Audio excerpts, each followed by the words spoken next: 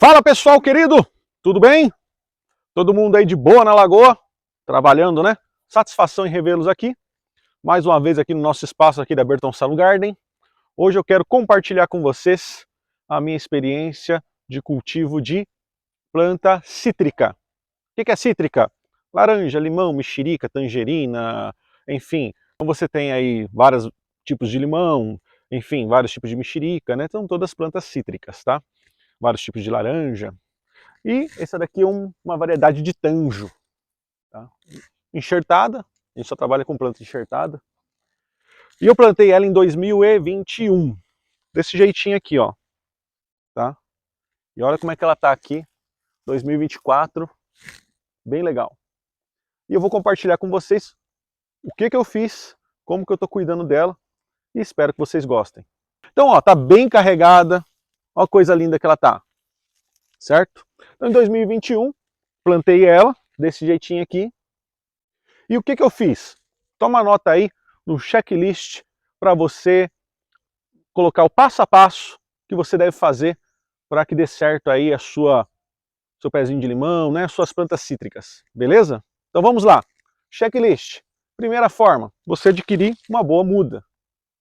Primeiro adquirir uma boa muda. Uma boa muda ela vai ter o quê? Enxerto. O enxerto é aquela marquinha da emenda, a parte que vem da semente e a parte que vem de uma planta, por exemplo, como essa, que já frutifica. Então, quando ela terminar de frutificar aqui, eu poderia fazer uma poda de um galho e enxertar uma mudinha que vem da semente. Então, aí ela teria uma produção precoce. Por quê? Ela já produz, emendou as duas, então eu tenho a experiência daqui já produz com a força da muda nova. Essa junção faz com que as plantas se desenvolvam rápido. Por isso que é usado esse método de enxerto. Joia? Número 2, o checklist. Na hora de eu fazer o plantio, não desfaça o torrão, não desmanche o torrão. Abre bonitinho o saquinho, faz um buraco maior. Então, eu costumo falar para as pessoas que eu coloco pelo menos aí, ó, perto de um palmo para cada lado e um palmo para baixo, o buraco a mais. Por que eu faço isso? Muitas vezes o solo está muito compactado. Às vezes foi o local onde que o boi passou, era pasto, passa carro perto, enfim. Às vezes a terra está muito compactada. Se você abre o buraquinho certinho, do tamanho do saquinho, né, do tamanho do torrão da muda e coloca lá, a raiz vai ter dificuldade para penetrar aquele solo duro. Quanto mais tempo ela demorar para desenvolver o sistema radicular, mais vai demorar para desenvolver a parte aérea, o caule, as suas folhas, né, os seus galhos, e aí por consequência vai demorar mais tempo para produzir. Então, abre um buraco maior, que você vai tirar essa terra, ela vai automaticamente ficar fofa, vai oxigenar porque você vai mexer nela, né? Você pode colocar um fertilizante ali e devolver ela e colocar a tua mudinha ali bonitinha. Joia? Próximo ponto que você deve observar. Eu falo sempre para os clientes, os primeiros 100 dias, 90, 100 dias, são cruciais. Por quê?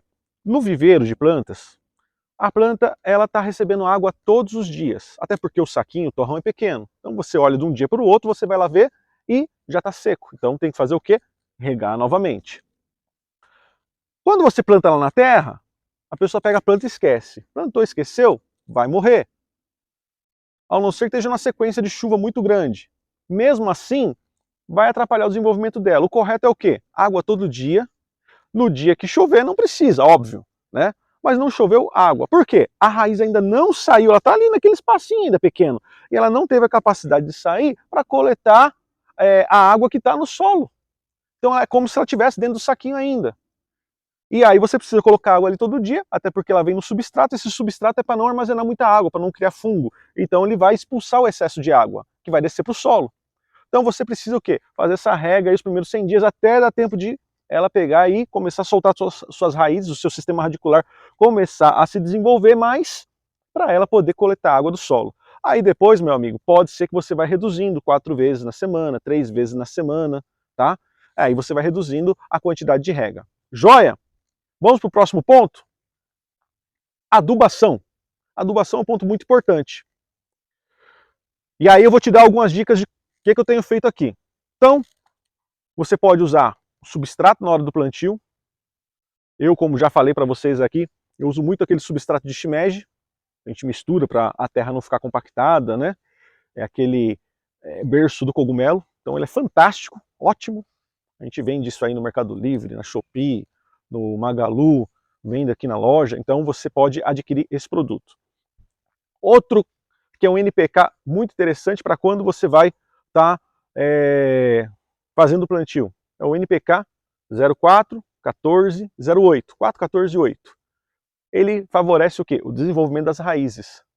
Então é interessante, nos primeiros meses, você pegar o primeiro ano e ir colocando esse fertilizante. Tá? Se está na terra, dá para você colocar umas 3, 4 colherzinhas. Se está no vaso, eu recomendo você colocar apenas uma colher, porque vai ter menos, né, espaço e ele pode se tornar, é igual um medicamento, ele pode se tornar um herbicida se você usar muito. Então todo fertilizante, se você usar muito, você pode matar a planta. É igual você tomar uma medicação aí, seja para pressão, para o que for. O médico fala, é um comprimido, a pessoa vai lá e toma 10, então pode dar problema. É a mesma situação, tá? Joia? Tá, próximo ponto. Passado aí, você fez o plantio, tá fazendo a rega direitinho, você tá fazendo as adubações corretamente, você vai observar a questão das pragas. Uma coisa que é muito frequente nas cítricas, larva minadora, tá? Então, a larva minadora, vou mostrar para vocês aqui, ó. É um mosquitinho de 2 milímetros branco, é a mosca branca, e ela bota o ovinho dela aqui, ó, na folha. E aí, ela eclode. E por que é minadora? Porque ela fica entre a folha, como se fosse na pele. E ela vai ali sugando a seiva e vai andando por dentro, como se fosse debaixo da tua pele. E ela tá ali sugando. E aí fica essa marca aqui, por isso que é minadora, lembra de mina, né? Tá? E às vezes também a folha vai ficar bem assim, ó. Certo? Aí o que eu faço? Eu faço a aplicação pelo menos uma vez por mês, mas aí depende, tá? Porque se você tiver uma infestação muito grande, você chega a fazer 2, 3 vezes na semana, até eliminar. E aí depois você passa para uma preventiva de 15 dias. E se você vê que está legal, você passa para uma vez por mês, certo? Então depende, às vezes dá uma variada. O que eu uso aqui? Eu uso Malathion, tem até a marca que nós trabalhamos, que é o Malatop. Uso óleo de nim e uso também calda bordaleza. Como a gente tem muita planta aqui, para não ficar, sabe, toda hora, né, passando, eu misturo os três de acordo com a proporção do que eu vou utilizar, tá? E de acordo com o grau de infestação, como que está o controle de pragas. Por exemplo, para 20 litros d'água, eu sempre uso 40 gramas de calda bordaleza, isso aí vai ser sempre igual, tá? O óleo de nim varia, eu uso ele de 100 a 200 ml. Então, 100 ml se tiver só na questão de prevenção, 200 ml se tiver com ataque, eu vejo que tem bastante inseto. E o Malathion, o Malatop, preventivo, o fabricante fala de 50 ml para 20 litros d'água, e aí eu faço a minha variação aqui de acordo com a minha experiência. Se eu ver que está com muita mosca, muito mosquito, muito inseto, eu passo de 100, cheguei a passar até 200 ml. Aí fica um cheiro bem forte, mas você vê que some bem os insetos. Então, aí vai da sensibilidade de você aprender e ir testando para ver como que vai reagir o produto aí no teu pomar. Esses 3 produtos têm sido o pilar para todas as minhas plantas aqui, tá? Então, óleo de nim, que é orgânico, você não precisa nem usar máscara. O Malathion precisa, que é forte, tá? E a calda bordaleza. Você pode tentar, se você tiver poucas plantas, ir fazendo calda bordaleza e óleo de nim. E entrar com o Malathion só numa situação que você meio que perdeu o controle. Você vê que, opa, tô passando óleo de nim, tô passando a calda bordaleza e tá com muito inseto, aí você entra com o Malathion, com o Malatop, só para a questão de correção, né? Fazer uma correção, né? Atuar num ponto que você fala assim, não, tá fugindo do controle, então vou pegar e vou eliminar isso aí. Aí depois você volta para o orgânico, tá? Isso é natural acontecer. Existe um outro produto também que é muito bom, que você pode usar associado ao óleo de nim, se você quiser praticar só de forma orgânica, que é o Dead Bug, tá? Isso aí tá tudo no nosso catálogo do WhatsApp. Joia? Feito isso, você vai fazer o quê? Vai fazer a poda. Provavelmente, eu plantei ela em 21, em 22, ela já estava com bastante folha e não estava produzindo. Novembro de 22, eu fiz a poda radical nela, deixei ela redondinha, baixa, tá? E em novembro de 23, um ano depois, ela estava cheia, carregada. E aí de lá para cá, antes um pouco ela já estava com bastante, mas já estava aumentando em junho. de 23 ela começou a florar bastante, e aí em novembro de 23 ela já estava carregadinha. E tá aqui desse jeito agora. O que eu vou fazer? Na hora que eu colher isso aqui, que ela vai dar um intervalinho, provavelmente vai ser ali perto do inverno, aí eu vou conduzir outra poda, para quando chegar a primavera, ela já está limpinha, bonitinha, né, na altura que eu quero, e assim produzir novamente uma nova florada para vir novos frutos. Tá? Outro fertilizante fantástico que eu estou usando, porque depois que o sistema radicular ele já está bem desenvolvido, como é o caso aqui, que o tronco já está bem grosso, eu posso mostrar para vocês depois, eu uso a ureia.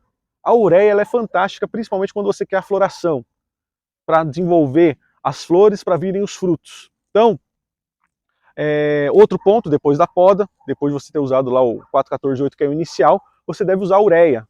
A ureia eu uso, é fantástica, tá? Aí uma vez por mês, se tiver na terra você usa umas 4 colheres, 3, 4 colheres, e se for no vaso, uma colher só, tá? Importante, eu nunca misturo produto que é industrializado, químico, um com o outro. Então se eu estou usando a ureia, eu não uso o NPK 414-8 ou qualquer outra formulação, tá? Nunca mistura, por quê? Você pode potencializar alguma propriedade e ele se tornar um herbicida e matar a tua planta. Então, usou um no mês, você não vai usar ele, não vai usar outro junto, tá? E aí, fora isso, existem produtos que são utilizados para regular o pH. Assim como a água tem a questão do pH ácido e tal, o pessoal que mexe com aquário, a terra também ela pode ficar ácida. Quando a terra fica ácida, qual o problema que ela causa? A planta ela fica com o seu sistema radicular comprometido para conseguir captar, se alimentar, né? Trazer os nutrientes para cima. Então, dificulta. E aí, às vezes, a pessoa está colocando fertilizante, o NPK, a ureia, e não está tendo resultado, o resultado que deveria. E aí, eu aconselho a você a cada 3 meses fazer a adubação com farinha de osso. Farinha de osso. Pega e joga farinha de osso, que ela vai ajudar o quê? Regular o pH, para dar a possibilidade do solo ficar com um pH mais neutro e a tua planta conseguir absorver os nutrientes que ela precisa. Outra coisa que você deve fazer, pelo menos 2 vezes por ano, é a aplicação de calcário. Cada 6 meses você vai lá e aplica o calcário. Isso também vai fazer com que a terra ela venha a ter as propriedades necessárias, né? Ajuda a regular também a questão da acidez, e ela vai ter aí a possibilidade de se desenvolver plenamente e produzir os frutos, chegar no tamanho, ter saúde, porque também é o seguinte, se tua planta está muito debilitada de nutrientes, o pH está muito, né, o solo está ácido, você não está adubando, não está fazendo um controle correto, o que vai acontecer? Ela vai ficar mais suscetível a pragas, porque ela vai ter menos resistência.